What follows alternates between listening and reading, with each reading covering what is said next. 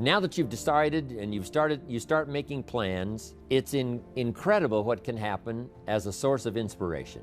When finally what's in your head, what's in your imagination, now finally starts to take shape on paper. When I first heard about network marketing, I was 25 years old. And I heard some of the testimonials, and I heard that people have gotten rich, and I've heard that it's changed people's lives, and I've heard that you could start with nothing and become something. But let me tell you what was exciting. When I finally made the decision, yes, I was going to be part of the industry, yes, I was going to make it part of my marketing future, what was really exciting was when I sat down and started making plans. I started committing imagination and belief to paper. I started writing it down. I started, as we often do, drawing those circles. You know, what if I had 5? What if I had 10? And then when I had a concept of what that could bring for me, then I said, how can I reach the first 5? How can I reach the first 10? What could I do? Starting to make those plans, I'm telling you, I remember those days as if they were yesterday. They were so exciting. I had a concept of what I wanted. I had a dream of what could happen for me. If it could happen for others, maybe it could happen for me. But when I started putting it on paper and started making the plans, that was an incredible source of inspiration for me.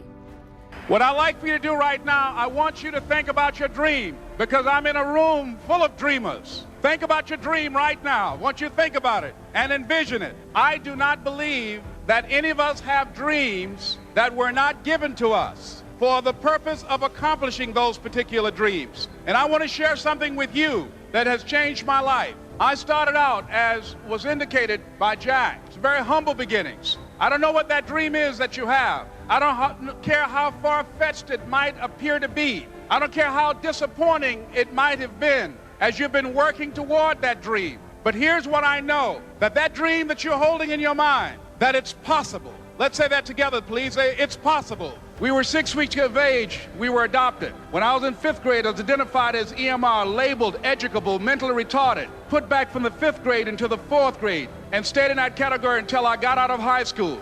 I don't have any college training, but I met a high school teacher who one day changed my life. I was waiting on another student, and when he came in, he said to me, young man, go to the board and write what I'm about to tell you. And I said, I can't do that, sir. He said, why not? I said, I'm not one of your students. He said, it doesn't matter. Follow my directions now. I said, I can't do that, sir. He said, why not? I said, because I'm educable, mentally retarded. And he came from behind his desk and he looked at me. He said, don't ever say that again. Someone's opinion of you does not have to become your reality.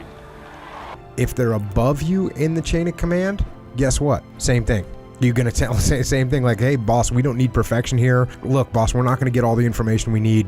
We're not going to get a 100% solution. We got a 90% solution, and let's go for it. And if things do go wrong, you can blame me. I don't care. So boom, whether they're above you or below you in the chain of command, you might change your tact or your verbiage a little bit, but it's the same overall concept. You got to get them to understand that we don't need perfection. We need to move forward. And the other thing is you explain the cost of not moving, the cost of staying still, the cost of being reactive instead of proactive, and basically the cost of not being aggressive, because that's what we're talking about, is a lack of aggression. And so what does that look like? Well, you explain to them that the longer we sit, the better position the enemy gets into. The longer we wait, the less we know about what is actually happening. Think about that one. The more you sit here and you're planning, the less we know what's going on out there. The things are happening. They're changing. They're evolving. The enemy is maneuvering. There's developments on the battlefield or in the marketplace, and you don't even know because you're sitting in the planning space. The longer we wait, the less time we have to recover